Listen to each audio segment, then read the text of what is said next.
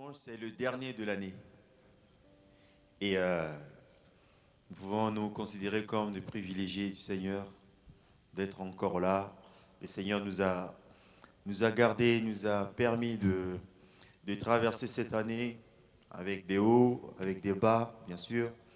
Mais le Seigneur nous a montré combien il est toujours là. Et ce culte est dédié tout simplement à la gloire de Dieu, la reconnaissance pour tout ce que le Seigneur a fait pour nous. Il y a tant de choses que le Seigneur a fait pour nous que nous ne pouvons même pas énumérer. Et que des choses que nous voyons, des choses que nous savons, mais il y en a plein d'autres invisibles que le Seigneur prépare pour nous que nous ne voyons même pas. Et nous pouvons tout simplement remercier le Seigneur et de dire que justement, la force est en lui. Celui qui veut avoir la véritable force, il se confie dans le Seigneur. Celui qui veut vaincre, qui se confie dans le Seigneur. Il faut d'abord être dans le Seigneur pour avoir la victoire, parce que la victoire, la véritable, ne se trouve nulle part ailleurs si ce n'est qu'en Jésus-Christ seul. Amen. Et avant de commencer ce culte, j'aimerais vous inviter nous tous à nous recueillir, à remettre ce moment entre les mains du Seigneur. On pourrait dire tout simplement, Seigneur, me voici. Je viens témoigner ma reconnaissance devant toi pour tout ce que tu as fait. Alors on ne va pas énumérer tout ce que le Seigneur a fait dans notre vie, mais tout simplement, lui dire merci. Vous voulez bien que nous puissions élever la voix tous ensemble? Alléluia. Seigneur, tu es Dieu, tu es au-dessus de toutes choses. Tu es le maître de toutes choses, le créateur de toutes choses. Tu es l'alpha et l'oméga. Tu es le commencement et la fin. Tu es le commencement et la fin de toutes choses, Seigneur. Tu es celui qui était avec nous depuis le début de cette année. Et jusqu'à la fin de cette année, Seigneur, tu es le même. Tu ne changes pas, tu restes le même, Seigneur. Et si nous sommes debout ce matin, Seigneur, c'est parce que encore tu as été notre force. Si nous sommes debout ce matin, c'est parce que, Seigneur, tu as renouvelé envers nous, Seigneur, tes compassions. Seigneur, tu as renouvelé ta force en nous, Seigneur, pour que nous puissions nous lever ce matin. Et nous voulons, Seigneur, que ce souffle de vie puisse te glorifier, puisse témoigner de la reconnaissance devant toi, Seigneur. Merci encore de ce que tu vas faire dans notre vie. Merci pour tout ce que tu as fait tout au long dans notre vie, tout au long de cette année, Seigneur, et de ce que tu vas faire pour le reste, Seigneur. Nous te faisons confiance, car c'est en toi seul que nous nous confions, parce que nous savons, Seigneur, que notre force ne se trouve qu'en toi, et en toi seul, Seigneur. Quand nous nous cachons en toi, Seigneur, nous sommes à l'abri de toutes choses, à l'abri, Seigneur, des temps difficiles, à l'abri, Seigneur, même de n'importe quel fléau, Seigneur, nous sommes à l'abri parce que nous sommes cachés dans le creux de tes mains, Seigneur. Alors abrite-nous, Seigneur. Et nous sommes là pour te dire merci. Nous sommes là, Seigneur, pour te dire, Seigneur, oui, reçois la louange de notre cœur. Nous sommes là pour te dire, reçois l'adoration de notre âme, Seigneur, ce matin. Que nous soyons légers, que notre âme, que notre esprit soit léger ce matin, Seigneur, pour t'apporter la louange qui t'est due, pour t'apporter l'adoration qui t'est due, Seigneur. Car tu es le Dieu grand, le Dieu véritable, créateur de toutes choses. Et comme j'ai pu dire, tu es l'alpha et l'oméga. Et tu reviens bientôt, Seigneur. Et nous nous cachons en toi, Seigneur, encore. Nous nous réfugions en toi. Que toute la gloire te revienne encore ce matin. Dans le nom de Jésus, nous te prions. Amen. Veux-tu briser la main de l'ennemi dans ta vie? Veux-tu briser le péché dans ta vie? La force se trouve quand? En Jésus-Christ seul.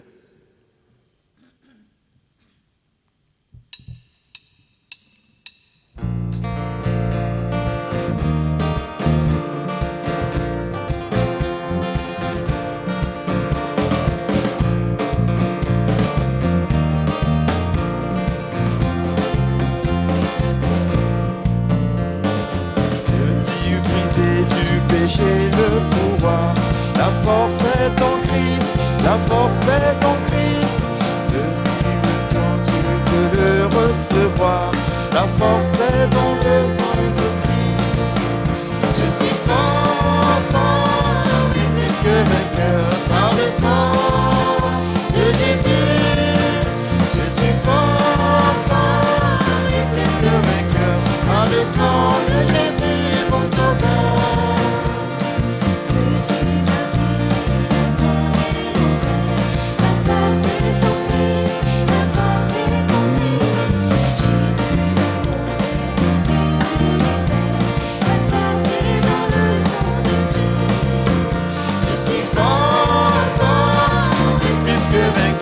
Par le sang de Jésus, je suis fort, fort, et plus que vainqueur. Par le sang de Jésus, mon sauveur.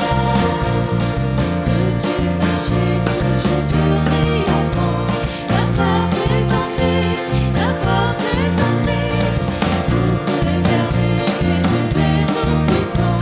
La force est dans le sang de Christ. Je suis fort, fort, plus que vainqueur. Par le sang de Jésus, je suis fort, fort, plus que vainqueur. Par le sang de Jésus, mon sauveur. Veux-tu du ciel t'approcher chaque jour? La force est en Christ, la force est en Christ. Avec Jésus demeurer pour toujours. La force est dans le sang de Christ. Je suis fort, fort, plus que vainqueur. Par le sang de Jésus. Je suis fort, fort, plus que vainqueur. Par le sang de Jésus, mon sauveur. Je suis fort, fort, plus que vainqueur. Par le sang de Jésus. Je suis fort, fort, plus que vainqueur. Par le sang de Jésus, mon sauveur. Puisque le même esprit qui ressuscite à Christ est en nous, est en nous. Puisque le même esprit qui ressuscite à Christ est en nous, est en nous. Il nous rend forts, vainqueurs de la mort, puisqu'il vit dans nos corps. Il nous rend forts, vainqueurs de la mort, puisqu'il vit dans nos corps. Puisque le même esprit qui ressuscite à Christ est en nous, est en nous. Puisque le même esprit qui ressuscite à Christ est en nous, est en nous. Il nous rend forts, vainqueurs de la mort, puisqu'il vit dans nos corps. Il nous rend forts, vainqueurs de la mort, puisqu'il vit dans nos corps. Puisque le même esprit qui ressuscite à Christ est en nous, est en nous. Puisque le même esprit qui ressuscite à Christ est en nous, est en nous. Il nous rend forts, vainqueurs de la mort, puisqu'il vit dans nos corps. Il nous rend forts, vainqueurs de la mort, puisqu'il vit dans nos corps. Il nous rend forts, vainqueurs de la mort, puisqu'il vit dans nos corps. Il nous rend forts, vainqueurs de la mort, puisqu'il vit dans nos corps.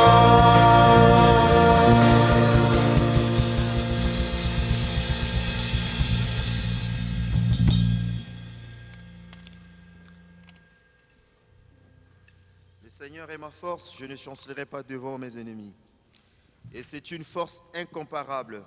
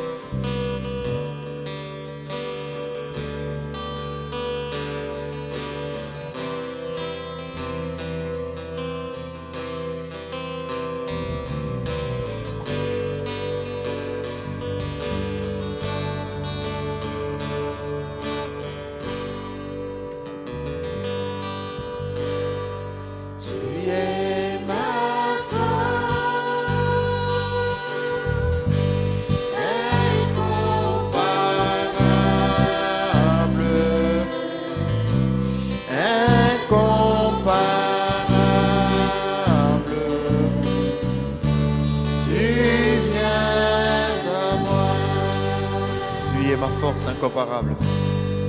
Tu es ma force incomparable, incomparable. Tu viens à moi. Tu es l'espoir. Tu es l'espoir incomparable, incomparable. Tu viens à moi. Dans l'abondance de ta grâce, Seigneur. Dans l'abondance de ta grâce, par la puissance de ton nom, tu me relèves, tu me relèves, amour divin, inébranlable, intarissable. Tu viens à moi. Dans l'abondance de notre Dieu. Dans l'abondance de ta grâce, par la puissance de ton nom, tu me relèves, tu me relèves. Ta bonté, Seigneur, s'élève jusqu'aux cieux.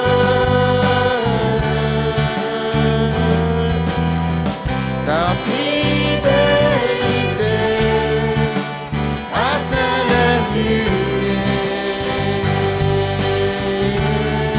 Ta bonté, Seigneur, s'élève jusqu'aux cieux.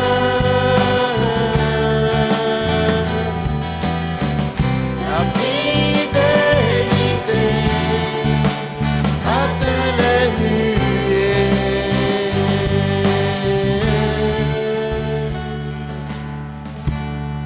Tu es ma force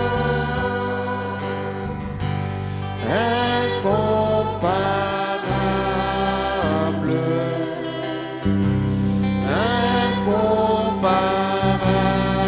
incomparable. Tu viens à moi. Tu es l'espoir. Tu es l'espoir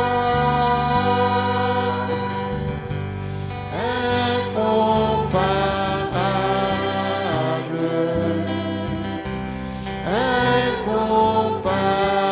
incomparable.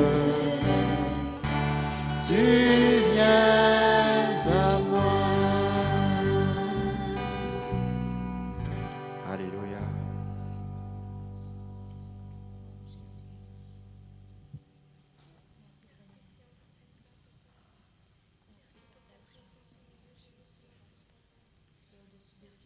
Gloire à toi, Seigneur.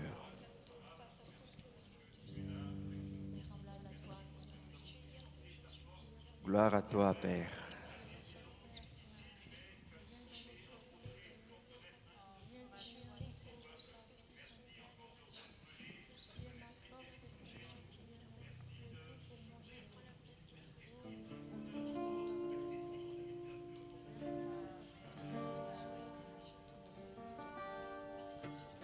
Merci pour ta grâce infinie, Seigneur.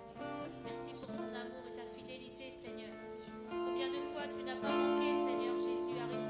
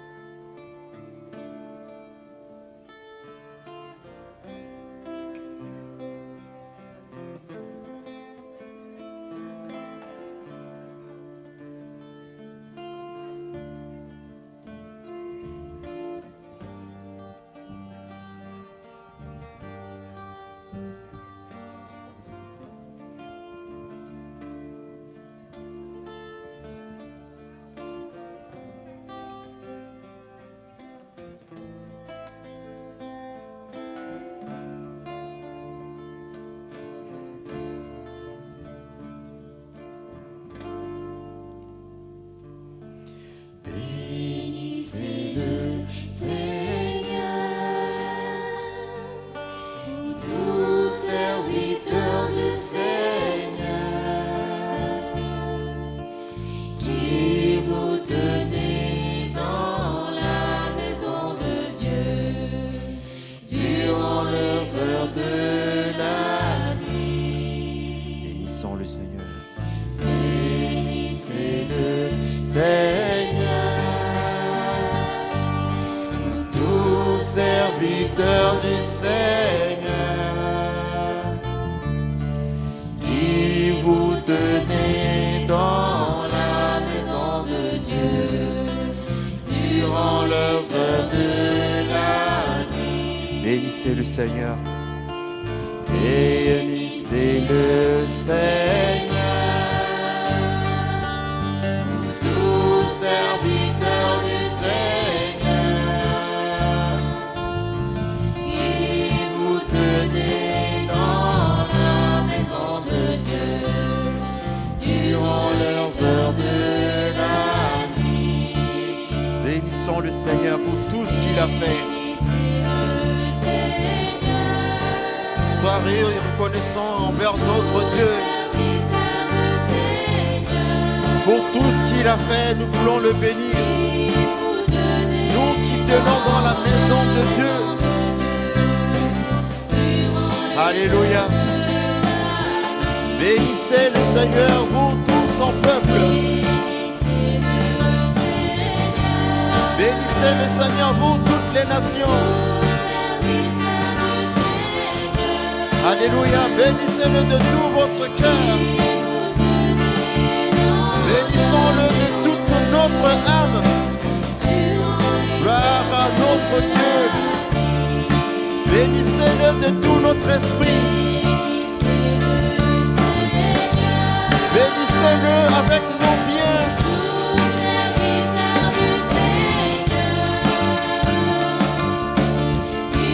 Vous tenez dans la maison de Dieu durant les heures de la nuit. Levons nos mains devant celui qui est au-dessus de toutes choses. Alléluia. Et bénissez votre Dieu. Que le Seigneur soit béni de Sion, lui qui fit les cieux et la terre. Levons nos mains vers celui qui est au-dessus de toutes choses. Et bénissez votre Dieu. Que le Seigneur soit béni de Sion, lui qui fit les cieux et la terre. Levons nos mains vers lui. Alléluia. Vers lui. Et bénissez votre Dieu. Que le Seigneur soit béni de Sion, lui qui fit les cieux et la terre. Nous allons bénir avec notre langue. Bénissez le Seigneur, Vous tous serviteurs du Seigneur, qui vous tenez dans la maison de Dieu durant les heures de la nuit. Bénissons-le, bénissons-le. Bénissez le Seigneur, et tous serviteurs du Seigneur, qui vous tenez dans la maison de Dieu durant leurs heures de la nuit. Alors ouvre ta bouche maintenant, bénis le Seigneur. Bénis-le avec tes mots. Bénis-le avec tes mots ce matin. Bénis-le avec tes pensées ce matin. Gloire à toi, Seigneur Jésus.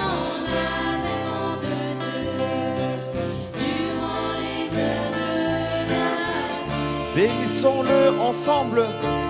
Bénissez le Seigneur, tous serviteurs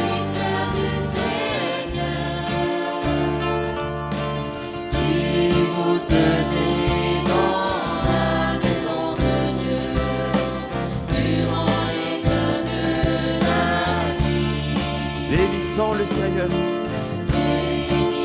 Bénissons celui qui est mort à la croix pour nous, celui qui a tout donné pour que nous soyons ses enfants. Alléluia.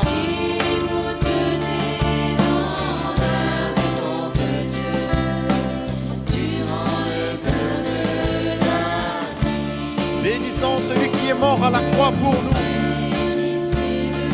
celui qui s'est donné en sacrifice, celui qui a vaincu la mort.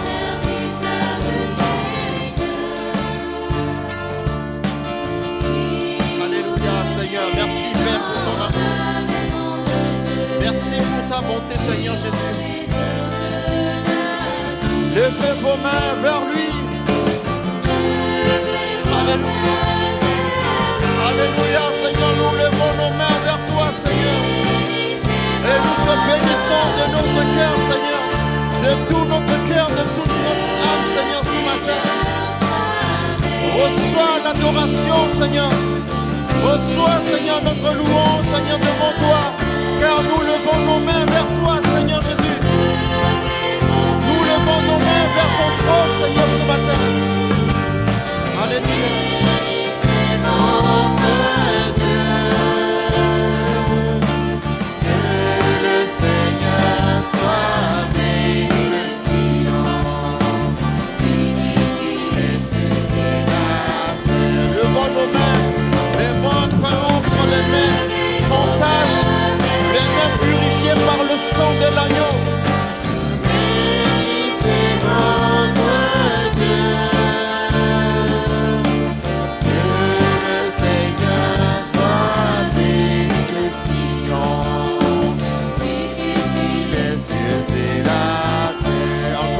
Levons nos mains. Levez vos mains vers lui et bénissez votre Dieu. Que le Seigneur soit béni de Sion, lui qui fit les cieux et la terre. Lui qui fit les cieux et la terre.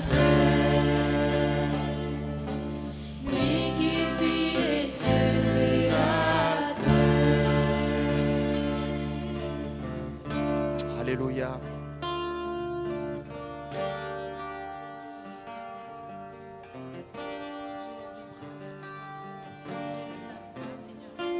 Élevons la voix tous ensemble devant notre Dieu, comme nous pouvons élever nos mains, quand nous pouvons lever nos mains devant celui qui est assis sur son trône, celui qui siège dans notre louange, celui qui siège dans la louange des saints, de ces saints ce matin. Alléluia. Gloire à toi, Seigneur Jésus. Car nous élevons nos mains vers toi, Seigneur Jésus. Nous élevons nos mains vers toi, Seigneur. Vers ton trône, Seigneur, mon Dieu. Nous élevons notre âme ce matin, Seigneur. Béni soit, reçois, Seigneur, de nous, Seigneur, la louange. Gloire à toi, Seigneur. Reçois notre adoration ce matin devant toi, Seigneur. Car nous voulons, Seigneur, nous élever notre âme vers toi, Seigneur Jésus. Béni sois-tu, Seigneur Jésus. Gloire à toi, Seigneur. Nous te bénissons, Seigneur, pour tout ce que tu fais dans nos vies, Seigneur. Que tu fais dans notre famille, Seigneur Jésus. Que tu fais pour la vie de nos enfants, Seigneur, pour nos maris, pour nos femmes, nos frères, nos sœurs, Seigneur. Pour ton église, Seigneur, tu fais de bonnes choses, Seigneur Jésus. Merci pour les nouvelles âmes, Seigneur, que tu amènes vers toi, Seigneur Jésus. Gloire à toi, Seigneur Jésus. Nous te bénissons, Seigneur, car tu es notre Dieu, Seigneur, tu es notre Créateur. Tu es l'auteur de notre salut, Seigneur Jésus.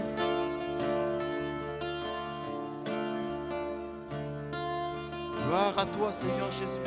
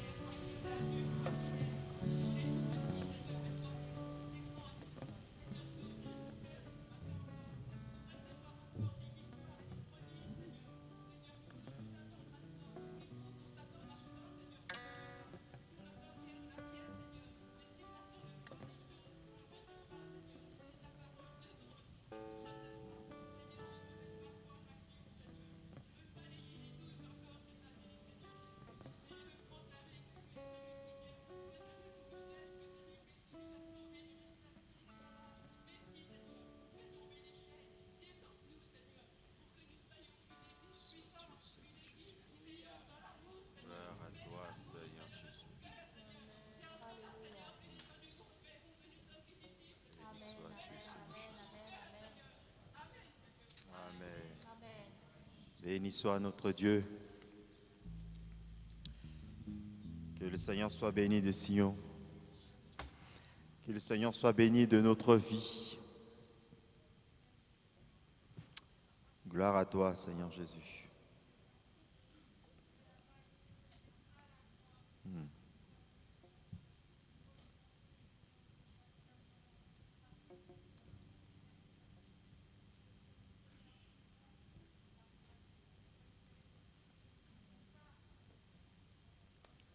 Gloire à notre Dieu. Alléluia.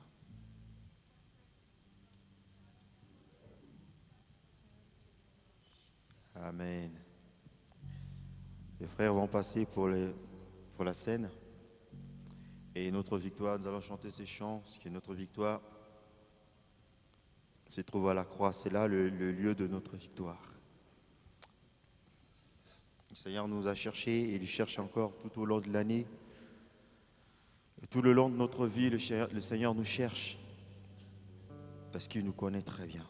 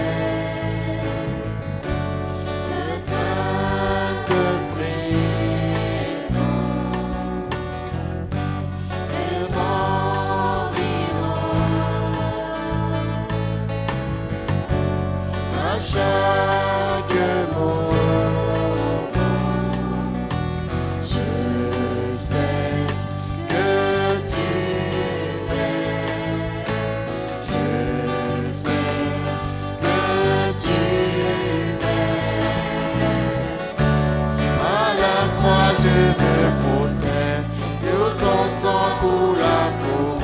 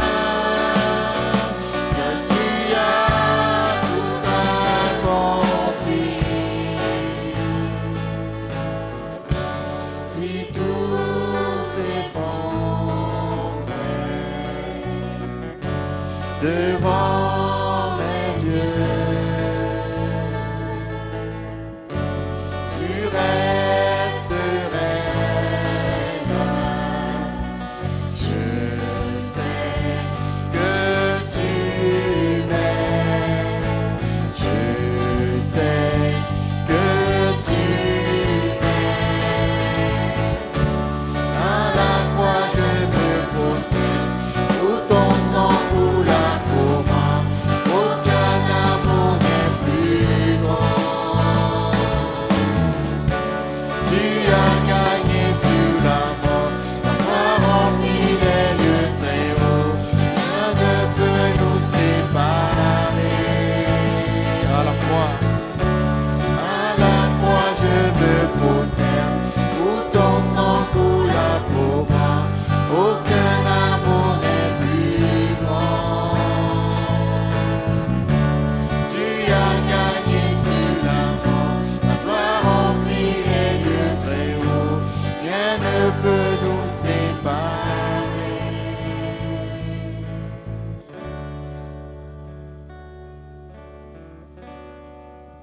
Que toute la gloire soit rendue à Dieu.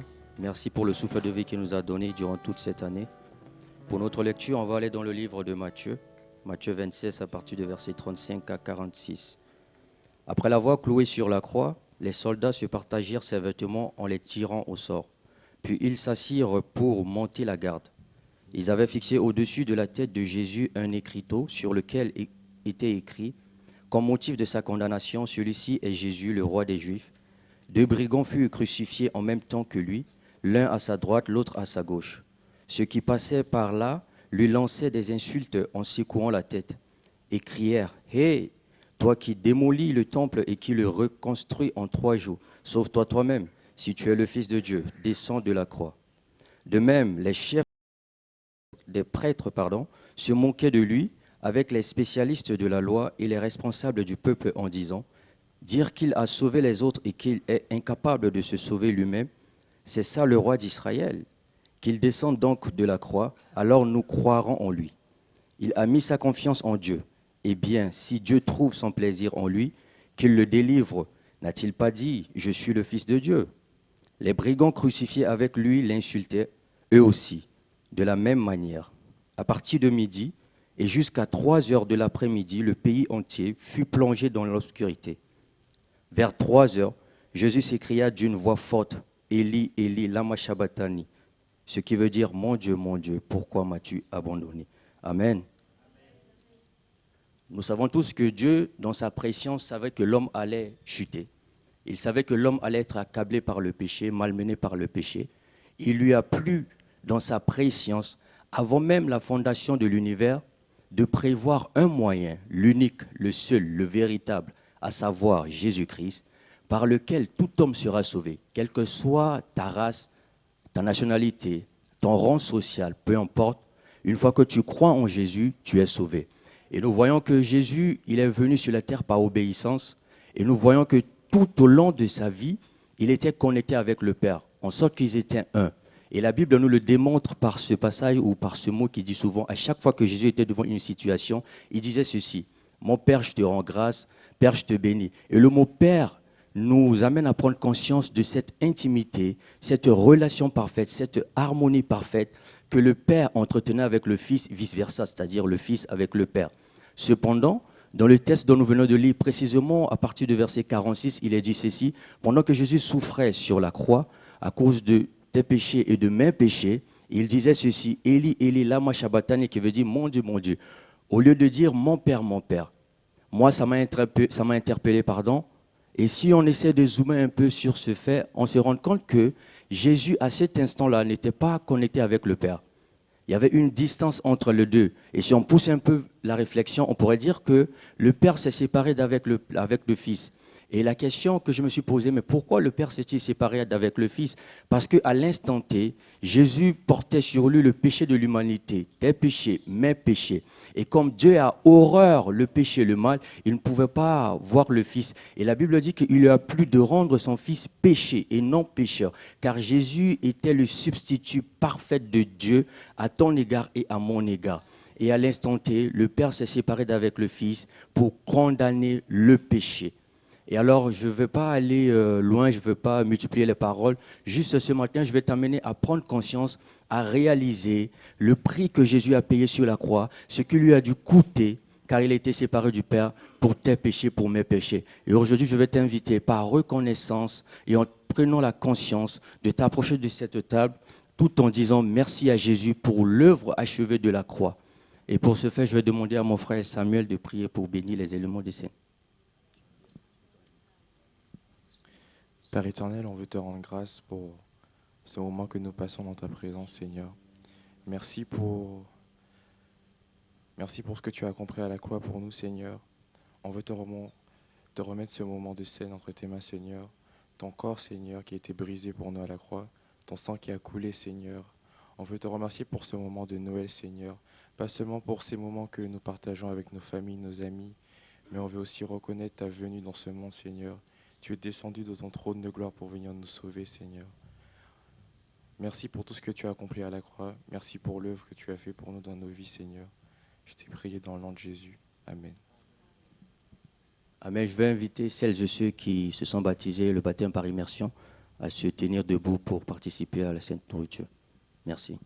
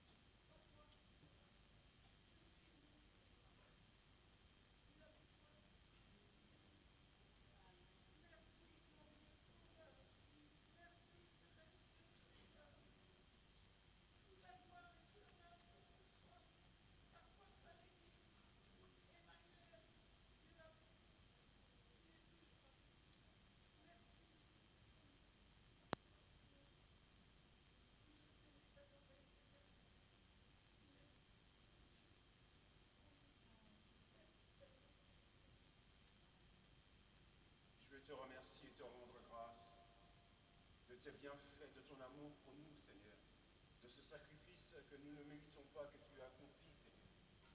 Merci pour ta grâce, Seigneur. Merci pour ce moment que nous passions en ta présence et ce que tu nous as lavé, tu nous as purifié, Seigneur, ce que tu nous as rendu juste devant toi. Nous voulons te rendre grâce et te remercier pour cet acte que tu as fait, Seigneur. Rien ne te soit impossible, Seigneur. C'est parce que tu nous aimes d'un amour, Seigneur. Je veux te remercier pour cela, Seigneur.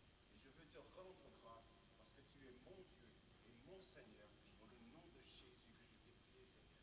Merci pour ta gloire.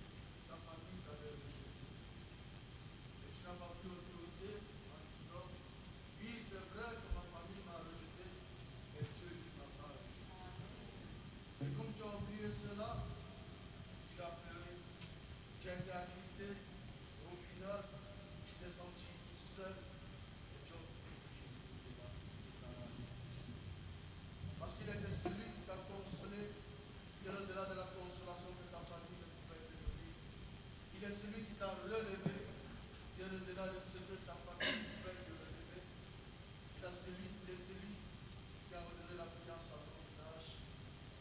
Alors, relève-toi de cette tristesse qui est encore dans ton cœur ce matin. Et considère qu'aujourd'hui tu es enfant de Dieu. Et que le plaisir du passé va plus trouver de la place dans ton cœur. Et Dieu dans ton cœur, réalité combien tu es un privilégié comme nous l'avons compris ce matin. Car Dieu fait toute la gloire.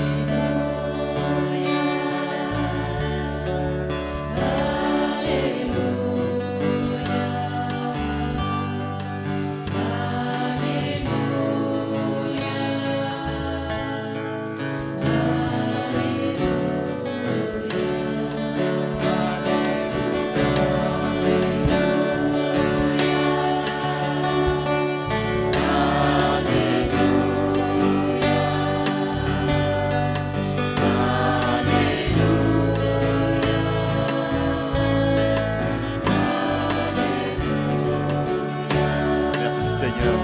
Merci Seigneur. Merci Seigneur. Merci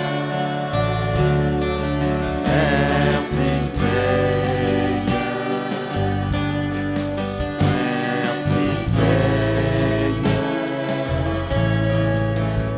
Merci Seigneur. Merci Jésus. Merci Jésus. Merci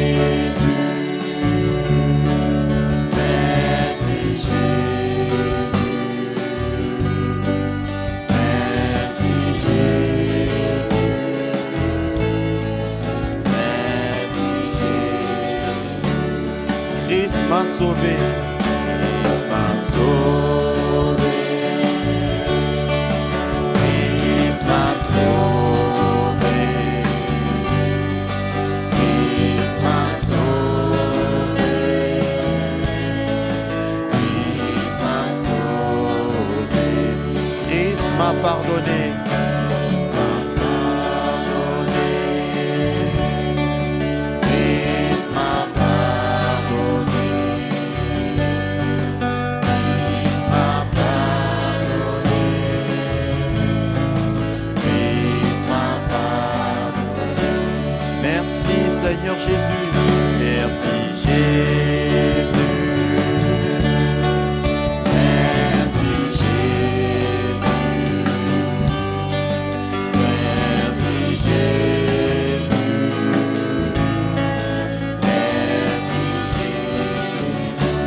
Merci Jésus. Merci Jésus.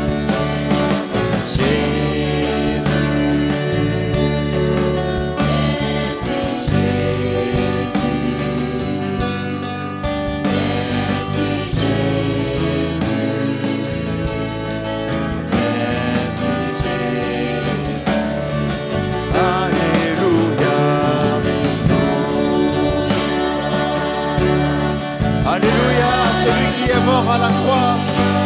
Alléluia, celui qui s'est donné à la croix pour nous.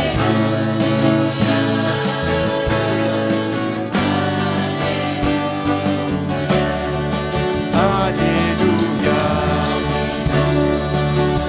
Alléluia, celui qui s'est donné en sacrifice pour nous. Celui qui n'a rien regardé pour lui, mais qui a tout donné pour nous. Celui qui a tout accompli à la croix.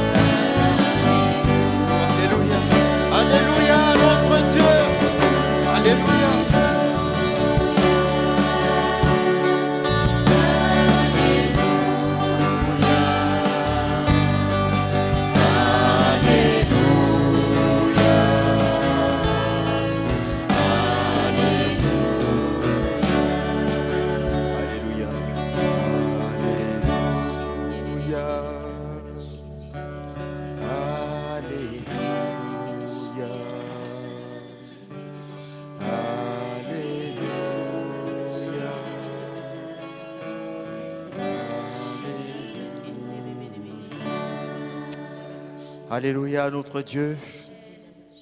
Alléluia, Jésus-Christ qui est immolé à la croix pour nous. C'est lui qui s'est fait pécher pour nous, afin que nous ayons la vie éternelle, et ce gratuitement, par la grâce de notre Seigneur. Seigneur, nous te sommes reconnaissants, Seigneur, pour tout ce que tu fais. Ce que tu fais encore dans notre vie, Seigneur, car nous ne pouvons pas énumérer tous tes bienfaits dans notre vie. Merci pour la vie éternelle, Seigneur, que tu nous as offert. Merci aussi, Seigneur, oui, parce que tu nous conduis, toi qui as commencé avec nous. Seigneur, dès le début, tu vas parfaire, Seigneur, ton œuvre en nous jusqu'à ce que tu reviennes nous chercher, Seigneur. Et nous avons cette espérance, Seigneur, que notre foi ne défaillera pas parce que tu pries pour nous, Seigneur. Pour que notre foi, Seigneur, soit consolidée, soit fermée en toi, Seigneur. Jusqu'à ce que, Seigneur, nous rentrions, Seigneur, dans ton ciel de gloire, Seigneur. Que toute la gloire te revienne, Seigneur. Et nous te disons, comme nous venons de chanter, merci, Seigneur. Merci pour ta bonté, merci, Père, pour ta fidélité envers nous. Gloire à toi, Père. Le nom de Jésus. Amen. Alléluia. Nous allons adorer notre Dieu. Viens, ne tarde plus. Nous allons venir avec nos offrandes pour l'adorer. Vous avez déjà fait? En pleine adoration, vous faites l'offrande. Vraiment, mais bon, c'est pas grave. J'avais les yeux fermés, j'étais... C'est pas grave, on va quand même chanter. On va glorifier notre Dieu, on vient adorer quand même. Amen. Les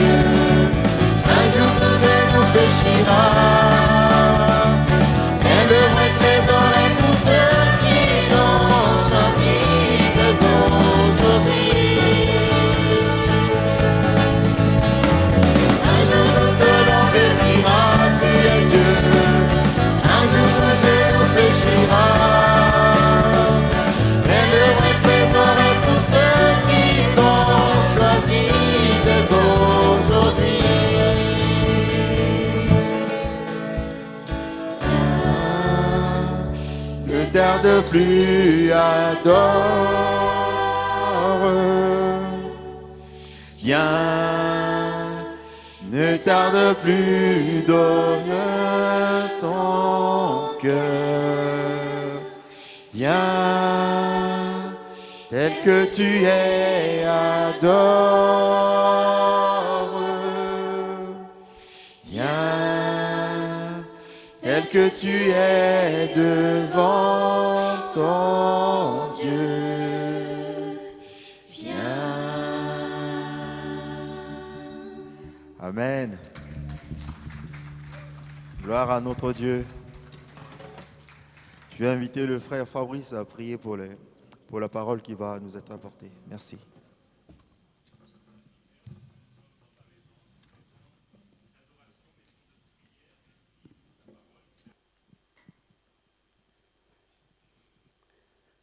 Bonjour à toutes et à tous.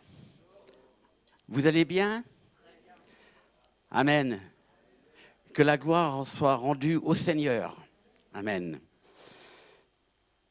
Alors bienvenue aussi, bien sûr, à nos amis qui vont nous rejoindre sur Internet, qu'ils se sentent intégrés au milieu de nous.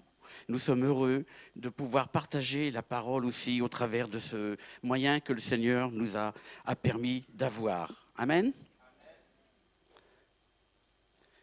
Alors, nous allons ce matin parler d'un sujet qui est d'actualité. Nous allons tout simplement nous remémorer les paroles concernant une nouvelle d'une grande joie. Peut-être que beaucoup d'entre nous, nous avons dit à notre entourage hier ou avant-hier, nous avons souhaité un joyeux Noël ou un bon Noël, peu importe le terme. Noël, c'est un temps de fête, un temps de réjouissance pour beaucoup, un temps d'échange de cadeaux en signe d'amitié et autres, pour certains. Et pour d'autres, Noël, c'est un temps de désabusement, de tristesse, un temps de solitude. Et tout à l'heure, ça nous l'a été rappelé pour une personne. Un temps de tristesse. Mais pour les chrétiens, c'est un temps d'espérance, de partage, un temps d'échange entre nous. Nous nous encourageons par des messages de bénédiction, d'espérance et autres. Noël, un temps particulier. Même si nous sommes habitués année après année, c'est un temps particulier où nous nous rappelons que dans son grand amour, Dieu nous a envoyé son Fils Jésus au milieu de nous. Amen. Oui, une grande nouvelle. Un sauveur vous est né. Ce sauveur, il est pour nous tous.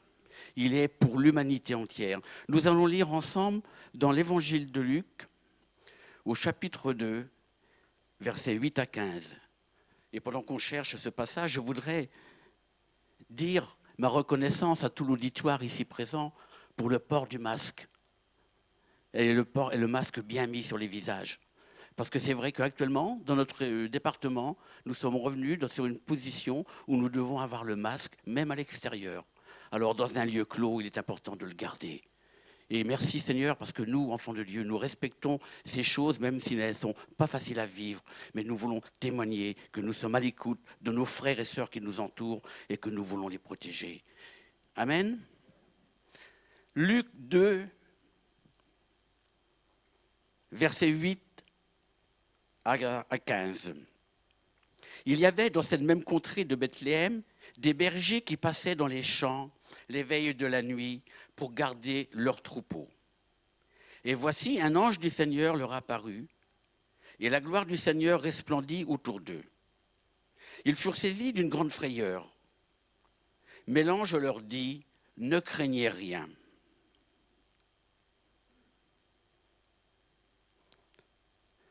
Ne craignez rien, car je vous annonce une bonne nouvelle, qui sera pour tout le peuple le sujet d'une grande joie.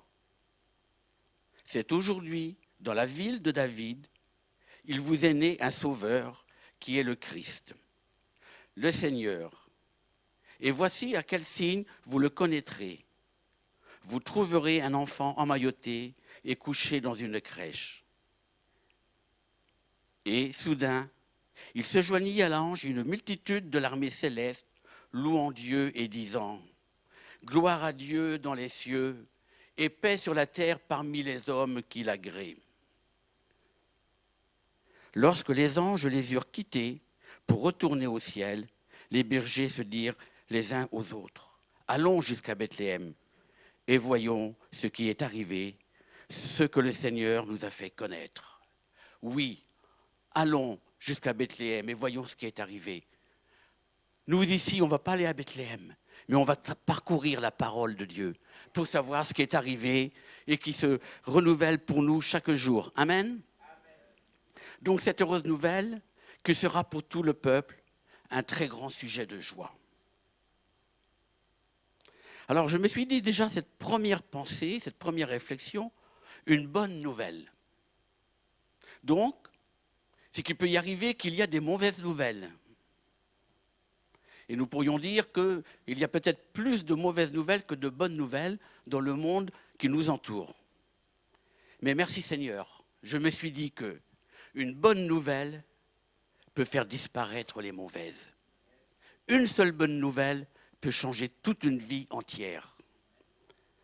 Et cette heureuse nouvelle dont nous allons parler, elle était destinée au départ pour le peuple de Dieu, mais elle est aussi destinée pour nous, à tous les hommes, à tout être humain qui a envie, qui a ce désir profond de connaître cette bonne nouvelle et de la vivre surtout.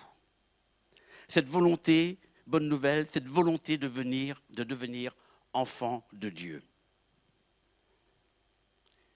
Et je me suis posé une autre question. Pourquoi cette heureuse nouvelle est-elle annoncée à des bergers et non pas aux notables de la ville, comme cela aurait pu l'être, à monsieur le maire, les conseillers municipaux ou autres, et toutes les personnalités qui ont, comme nous dirions aujourd'hui, pignon sur rue. Mais pourquoi ces bergers qui ont peut-être moins d'instruction justement que certains notables, qui faisaient un travail non revalorisant aux yeux de ces notables et autres, pourquoi eux? La réponse n'est pas donnée d'une manière explicite dans la parole de Dieu, mais si Dieu l'a voulu ainsi, c'est qu'il y a une raison, voire plusieurs raisons. Pour ce matin, j'en ai retenu deux. D'abord, les notables, ils étaient très occupés à cette période-là de la naissance du Seigneur Jésus. Il y avait le recensement. Donc, il y avait toute une logistique d'hôtellerie, de restauration et de commerce à gérer. Il y avait les démarches administratives. Bref, tout le monde était peut-être très ou trop occupé pour écouter l'heureuse nouvelle. Ce serait aujourd'hui, nous dirions que nous sommes peut-être trop préoccupés par cette crise sanitaire et qui nous empêche d'écouter et d'entendre les autres bonnes nouvelles que le Seigneur veut nous envoyer. S'il y a des mauvaises nouvelles, il y a des bonnes nouvelles qui se renouvellent chaque jour, nous allons le voir. Deuxièmement, les bergers, eux, justement, ils étaient disponibles. Les bergers étaient à l'écoute de tout ce qui se passait autour d'eux, parce qu'ils veillaient sur le troupeau, sur les brebis. Les bergers, ils étaient là. Ils avaient du temps devant eux pour méditer, pour réfléchir à ce qui faisait le quotidien de leur vie. Et ils avaient un cœur prêt à entendre, puisqu'ils vont dire « Allons » pour voir ce que le Seigneur nous a fait connaître. Oui, ensemble, allons pour voir ce que le Seigneur nous a fait connaître. Alors ce grand sujet de joie, qu'est-ce qui peut faire pour notre vie un grand sujet de joie? Toutes les choses matérielles, elles sont passagères, nous le savons. Toutes les émotions et les sensations, elles sont éphémères dans ce monde et s'envolent avec les premiers souffles du vent. Je ne sais pas, mais parmi nous, il y a peut-être des supporters sportifs, il y a peut-être des mélomanes qui aiment les bons concerts ou autres. Mais si vous participez à un concert, c'est merveilleux, vous passez un bon moment. Mais qu'en reste-t-il quelque temps après? Si vous allez sur un stade supporter une équipe, vous faites du bien, ensemble peut-être. Il y a une émulsion et autres. Mais après, 2 jours après, que reste-t-il?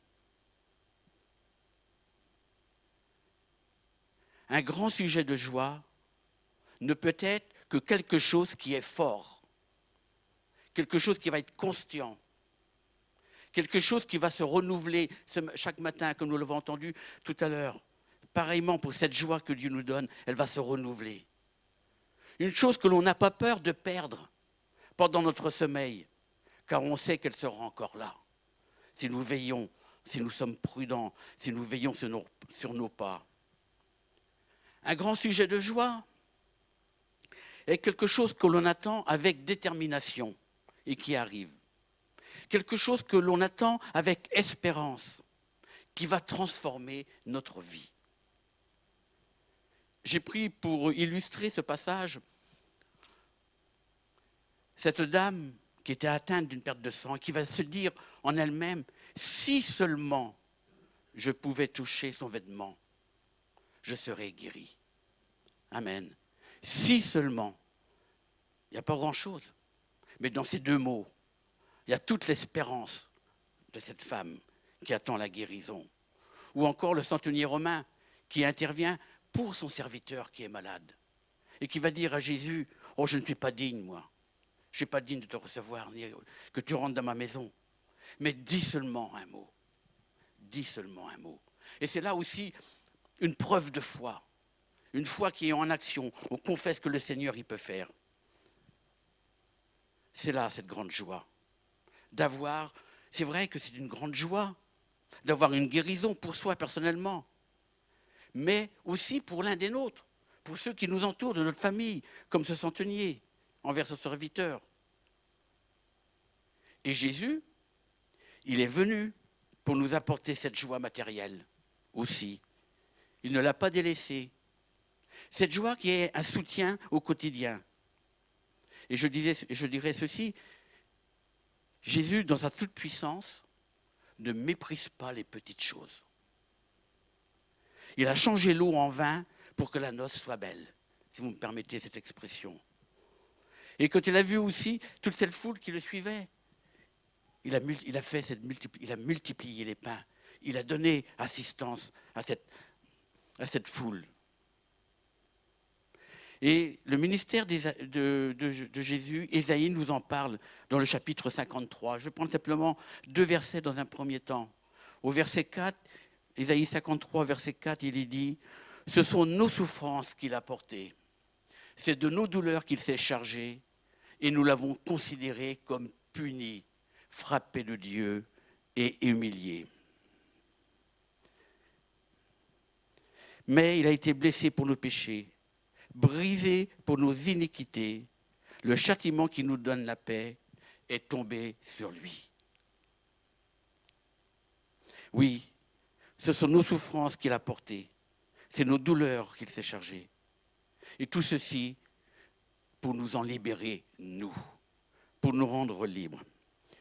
Et Jésus lui-même dira dans Matthieu 11, au verset 28, venez, nous le connaissons bien ce verset. C'est vrai que nous le connaissons, mais nous pouvons aussi prendre le temps de peser chaque mot. Venez à moi, vous tous qui êtes fatigués et chargés, je vous donnerai du repos. Combien de personnes aujourd'hui sont fatiguées dans tous les domaines, non seulement physiquement, mais même autrement. Prenez mon joug sur vous et recevez mes instructions, car je suis doux et humble de cœur. Et vous trouverez du repos pour vos âmes. Je vais y revenir. Car mon joug est doux et mon fardeau léger. Et je me dis que c'est vrai, avoir le corps reposé, c'est bien. Pouvoir dormir la nuit, c'est bien. Combien de personnes ont perdu du sommeil à cause de différentes choses de la vie? Et quand le corps est fatigué, on a du mal à faire face dans bien des domaines. Mais si le corps est reposé, mais si l'âme est sous l'emprise de pensées négatives, voire plus que négatives, où est le véritable repos? Je me rappelle d'une prédication, beaucoup ça rappelle d'ailleurs d'il y a pas loin de 20 ans maintenant, puisque c'était au début qu'on était ici la première année, d'un pasteur qui avait eu ce message, « Guéris mon âme ». Oui, guéris mon âme. Si l'âme est malade, tout le reste est malade quelque part. Notre vie est malade jour après jour. On ne réagit pas pareil, on ne pense pas pareil. Et bonne nouvelle, Jésus est venu pour nous donner du repos pour notre âme. Si nous avons des idées de découragement, des pensées attristantes, si nous voyons devant nous une montagne, Jésus est venu enlever la montagne. Il nous faut nous tourner vers lui et l'accepter comme tel. Le sujet d'une grande joie, c'est celle qui englobe tout le reste. Ce Sauveur qui nous est né, voilà la grande joie. Il est dit dans Jean 3,17, Dieu a envoyé son Fils Jésus-Christ dans le monde pour qu'il soit sauvé par lui. Amen. Voilà la grande joie, Jésus Sauveur. Mais c'est vrai que le monde ne l'a pas reconnu. Et cette joie, elle dure, jour après jour. Elle se renouvelle chaque matin. Chaque jour, combien de personnes chaque jour se tournent vers Christ? Combien chaque jour de personnes découvrent une vie nouvelle en Christ? Jésus a pris notre condition d'homme pour venir jusqu'à nous et nous sauver de ce monde perdu et nous donner de l'espérance. Nous étions dans ce monde comme errants, comme peut-être certains aujourd'hui le sont encore, sous ce joug de la condamnation. Et pourtant, la parole nous dit, Jésus veut que tous les hommes soient sauvés et parviennent à la connaissance de la vérité, cette vérité du salut par grâce. Aujourd'hui, dans notre monde, où nous parlons de Noël, combien parlent de ce message? Combien savent que le message de Noël, c'est le message du salut par grâce, où Dieu s'est fait homme pour prendre notre condition?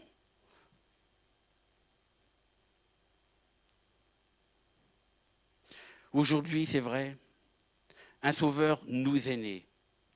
Acceptons-le, acceptez-le si vous ne l'avez pas déjà fait. Oublions un peu le faste de Noël qui aujourd'hui fait plus la joie de la société de consommation. Pour revenir à ce qui fait l'essence même de cette bonne nouvelle, sachons accepter Jésus, Fils de Dieu, sauveur de tous ceux et de toutes celles qui mettent leur confiance en la parole. Accepter, tandis que les contemporains de Jésus, pour un grand nombre, l'ont rejeté, je l'ai dit tout à l'heure. Jésus, ils l'ont rejeté car ils attendaient un Messie. Ils attendaient un sauveur, mais comme un roi suprême qui allait délivrer le peuple de l'emprise romaine. C'est vrai que Jésus sera un roi de gloire et il reviendra. Mais là, nous l'avons connu comme serviteur en ce monde. Et un jour, il reviendra en roi de gloire. Et pour eux, est-ce qu'un chef victorieux pouvait-il naître dans une étable, selon leur entendement? Un chef victorieux doit avoir de la prestance, du charisme. Il est un meneur, un leader. Or, selon Isaïe 53, il est dit au verset 2, « Il n'avait ni beauté, ni éclat pour attirer nos regards, et son aspect n'avait rien pour nous plaire. » Oui, c'était un roi qui, aux yeux des hommes, dans un premier temps, on n'avait pas peut-être envie de le suivre. Par contre, après, quand on a entendu ce message, qu'on a entendu ces paroles, qu'on voit ce qu'il faisait, oui, beaucoup ont voulu suivre Jésus. Jésus a pris la condition d'homme et déjà par sa naissance dans un milieu humble. Et que cette annonce de la bonne nouvelle soit faite à des bergers nous enseigne son ministère. Il s'est abaissé au plus bas rang. Et son ministère ne sera pas pour les notables, imbus d'eux-mêmes et autres. Si, il est pour eux, mais pas dans un premier temps parce qu'ils ne le reconnaissent pas. Le ministère de Jésus, Sauveur, ne prend son effet que le jour où nous le confessons, le jour où nous reconnaissons son ministère de Fils de Dieu venu pour sauver, pour nous sauver. Et donc, il est venu vers les bergers, ceux que peut-être on délaissait, les oubliés, les sans nom, les souffrants. Jésus dira en Marc 2, 17, à propos de sa proximité auprès des gens de mauvaise vie, ou gens rejetés par les bien-pensants de notre société ou de la société de l'époque, ce ne sont pas ceux qui se portent bien qui ont besoin de médecins, mais les malades. Et Jésus va dire, je ne suis pas venu appeler des justes, mais je suis venu pour des pécheurs, pour les appeler, pour changer leur parcours, pour changer leur vie, pour leur mettre une nouvelle espérance. Et la parole va plus loin selon Matthieu 9, 12, où Jésus reproche aux pharisiens d'être plus attachés au protocole, au cérémonial et au rituel, quitte à en délaisser ce qui faisait l'essence même de la vie, de la religion. Ces braves pharisiens étaient aveugles, mais ils ne savaient pas, ou ils ne voulaient pas le savoir qu'ils étaient aveugles. Je crois que parfois l'orgueil nous empêche de nous humilier et peut provoquer un entêtement, alors que Jésus, lui, il veut simplement nous libérer de nos propres pièges. Combien de fois n'avons-nous pas été pris justement par le piège de nos pensées, par notre fierté non avouée, par notre ambition, notre endurcissement de cœur. Nous sommes, sans le savoir, très souvent, ou alors je le suis comme ça, je me mets plus en cause, mais je suis captif de moi-même. Nous sommes captifs de nous-mêmes, oui, souvent. Et c'est toujours Isaïe qui le dit au chapitre 61, au premier verset. Il, en parlant de Dieu, m'a envoyé, donc c'est Jésus qui parle, pour guérir ceux qui ont le cœur brisé, pour proclamer aux captifs la liberté et aux prisonniers la délivrance. Nous avons besoin d'entendre parler de ces messages de délivrance, de soulagement et autres. Suis-je captif ou prisonnier de mes pensées, de mes craintes? Suis-je prisonnier de mon entourage qui me rejette ou qui me persécute avec la langue? Bonne nouvelle, Jésus est venu aussi pour nous libérer de cela. Si un sauveur nous est né, il nous faut l'accepter. Et nous l'acceptons. Il nous faut reconnaître son autorité. Pour beaucoup, nous l'avons fait. Et merci Seigneur. Mais nous pouvons encore le faire. Il n'est jamais trop tard avec lui. Son ministère, nous le faut, je le disais, son ministère, il nous le faut le reconnaître, l'accepter. Mais avant d'aborder ce point, il y a un autre sujet de joie. Jésus est venu non pour être servi, mais pour servir et donner sa vie comme la rançon de beaucoup. Selon Marc 10, 45. Jésus n'a pas regardé à son statut de fils de Dieu, mais il s'est abaissé jusqu'à la mort en donnant sa vie en rançon pour payer la dette de l'humanité et ainsi nous permettre à nous d'avoir l'accès au pardon de nos péchés. Christ s'est sacrifié à la place du croyant. Le prix payé fut la vie même de Christ, un sacrifice d'expiation par le sang, comme l'exigeait la loi en Lévitique. Et je me disais, en écrivant ces lignes, et j'y repensais ce matin pendant le temps de louange, et je me disais, s'il n'y avait pas eu Noël, enfin naissance de Jésus, il n'y aurait pas eu la croix. Et sans la croix, il n'y aurait pas eu de rédemption. Mais le Seigneur a toujours un plan, et son plan se réalise merveilleusement selon sa volonté. Ce Sauveur qui nous est né, que le monde a décrit à sa manière, nous les enfants de Dieu, nous nous en remettons à ce que dit la parole de Dieu. Et dans Ésaïe 9,5, il est dit « Car un enfant nous est né, un fils nous est donné, et la domination reposera sur son épaule. On l'appellera admirable, conseiller, Dieu puissant, Père éternel, Prince de la paix. » Mais aussi, selon Ésaïe 7,14, Marie, la mère de Jésus, dira « On lui donnera le nom d'Emmanuel, Dieu est avec nous. » Amen. Amen. Ce sont des paroles que nous connaissons, comme je vous l'ai dit au début. Nous connaissons toutes ces paroles, mais ça nous fait du bien peut-être de prendre le temps de se les remémorer, de les repenser et de se dire que oui, Dieu est avec nous. Dieu est au milieu de nous. Il est dit, donc, nous avons vu, la domination reposera sur son épaule. Épaule qui symbolise le siège de la force, du secours et de la responsabilité. Notre force est en Christ. Persévérance, on a parlé tout à l'heure dans les chants. Oui, notre force est en Christ. Notre secours est en Christ. Paul, parlant de son ministère d'évangélisation et de l'annonce et de la, comment je vais dire, quand il ouvrait des églises, quand il faisait connaître l'évangile, Paul dira « C'est à quoi je travaille en combattant avec la force de Christ puissamment en moi. » C'est vrai. Sans Christ, Christ le dit lui-même, sans moi, vous ne pouvez rien faire. Qui, de par ses propres moyens, peut faire quelque chose pour l'œuvre de Dieu? Il peut faire des choses, mais elles n'auront peut-être pas la résonance qu'il convient, parce qu'il n'y a peut-être pas l'onction, il n'y a peut-être pas l'Esprit de Dieu. C'est peut-être pas au moment choisi par Dieu.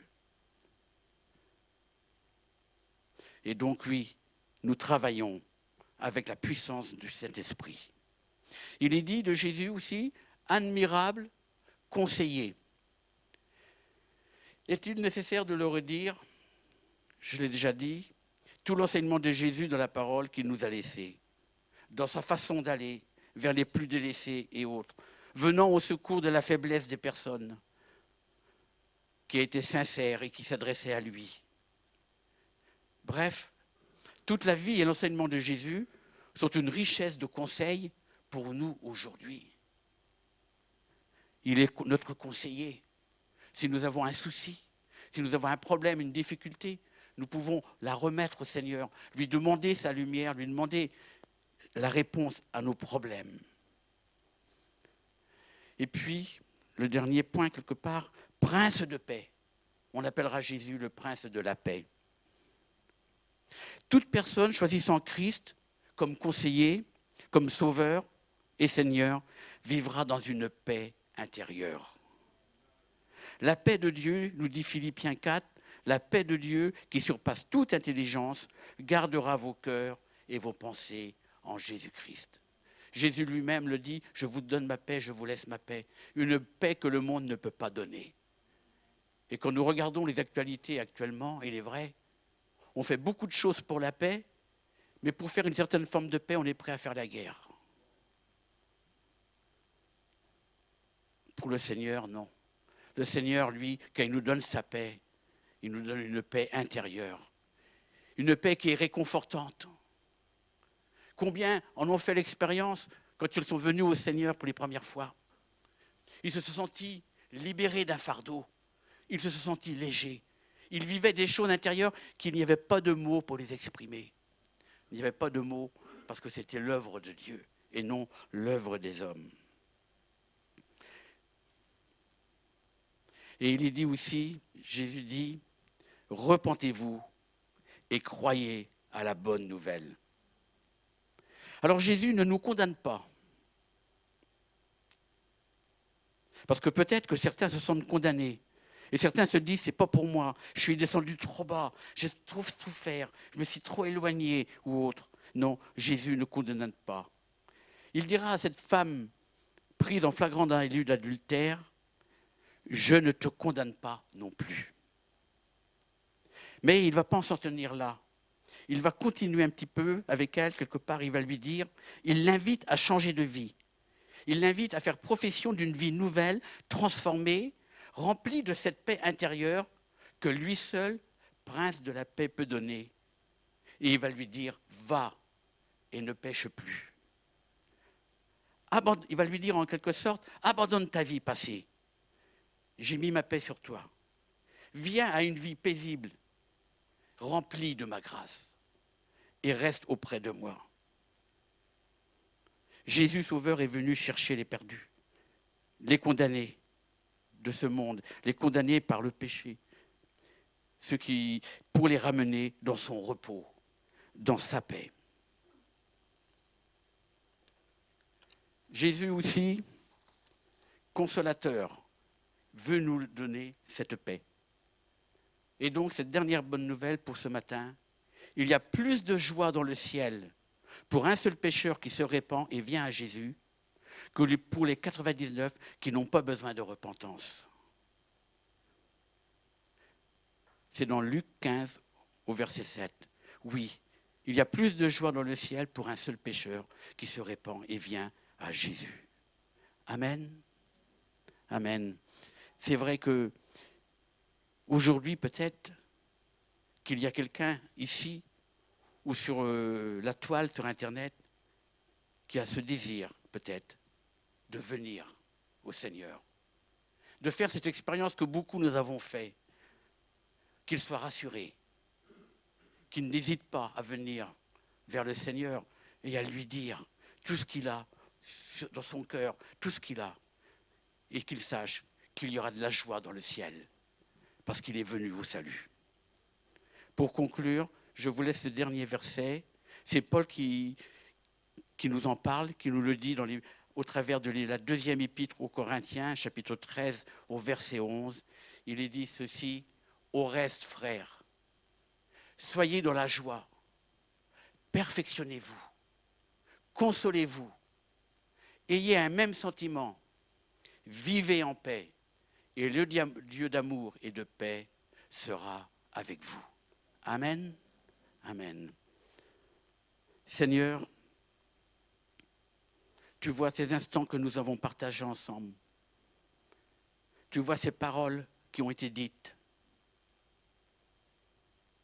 Merci Seigneur, parce que tu es venu vers nous. Tu es venu comme prince de la paix. Tu es venu pour prendre soin de tous ceux et celles qui se tournent vers toi. Mais tu avais ton regard posé sur les brebis égarées. Et tu es venu rechercher la brebis perdue. Tu es venu me rechercher moi. Tu es venu rechercher beaucoup d'entre nous ici présents. Et peut-être que tu poses ton regard sur une personne, sur quelqu'un, et tu lui dis, je t'attends. Peut-être que tu dis que tu es venu, et c'est même sûrement, tu es venu pour lui donner une espérance nouvelle, une vie nouvelle, lui donner ta paix, ta joie. Toutes ces choses que le monde ne peut pas donner, toi Seigneur, tu les as données. Oui Seigneur, merci. Merci de nous visiter en ces instants. Merci de nous faire du bien encore. Ô Seigneur, que la gloire te revienne en toutes choses. Mais merci Seigneur mon Dieu, que nous puissions rester dans cette joie, dans cette paix que tu as donnée. Amen. Amen. Voilà.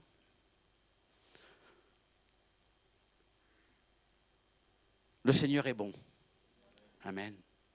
Et je vous invite à garder pour vous ces paroles, que le Seigneur est bon et que le Seigneur agit en toutes circonstances, en toutes situations. Et ne vous inquiétez de rien. Vous allez vous inquiéter pour beaucoup de choses et vous vous rendrez compte que ces choses-là ne seront pas et que ce sera tout autre. Le Seigneur sait à l'avance ce dont nous avons besoin. Mais il aime que nous le lui demandions avec foi, avec confiance. Amen. C'est notre dernier dimanche, comme l'a dit Persévérance tout à l'heure, pour cette année.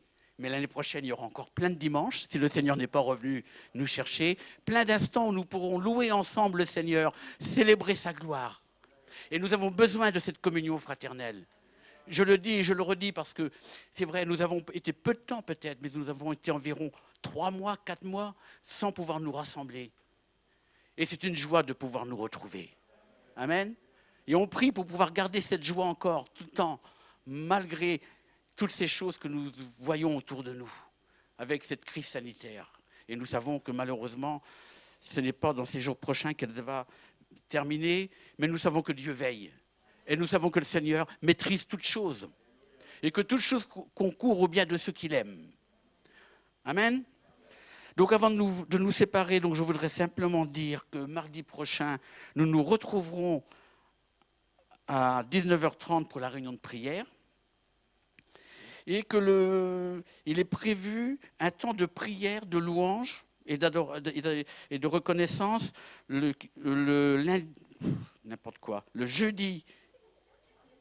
vendredi 31. Voilà.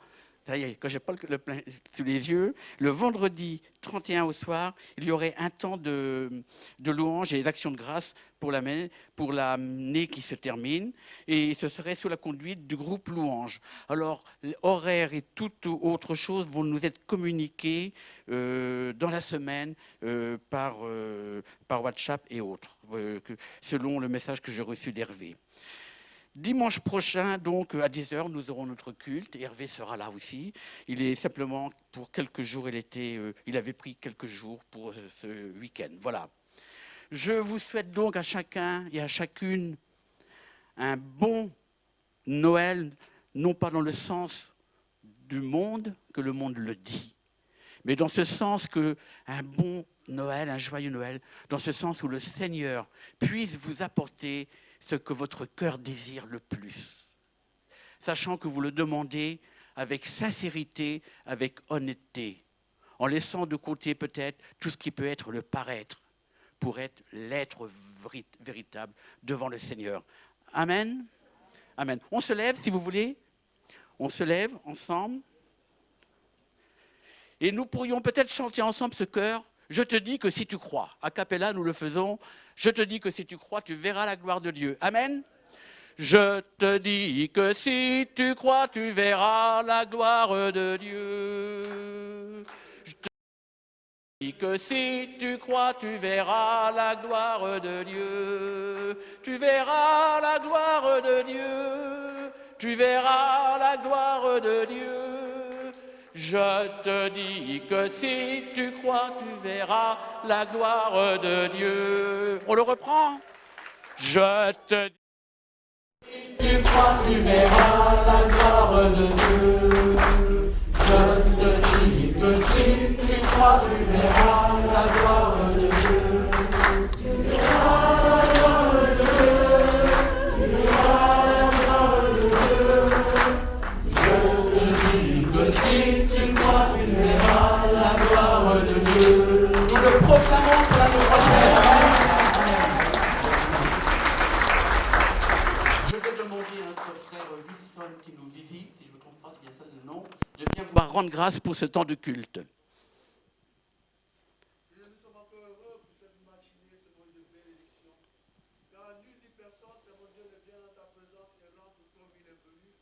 Il le dit encore, c'est mon Dieu, visiter. Et toute la gloire au nom de Jésus-Christ, Amen. Amen. Bon retour à chacun et chacune. Restez dans cette joie de l'Éternel qui est votre force au quotidien. Et nous gardons les gestes barrières. Amen.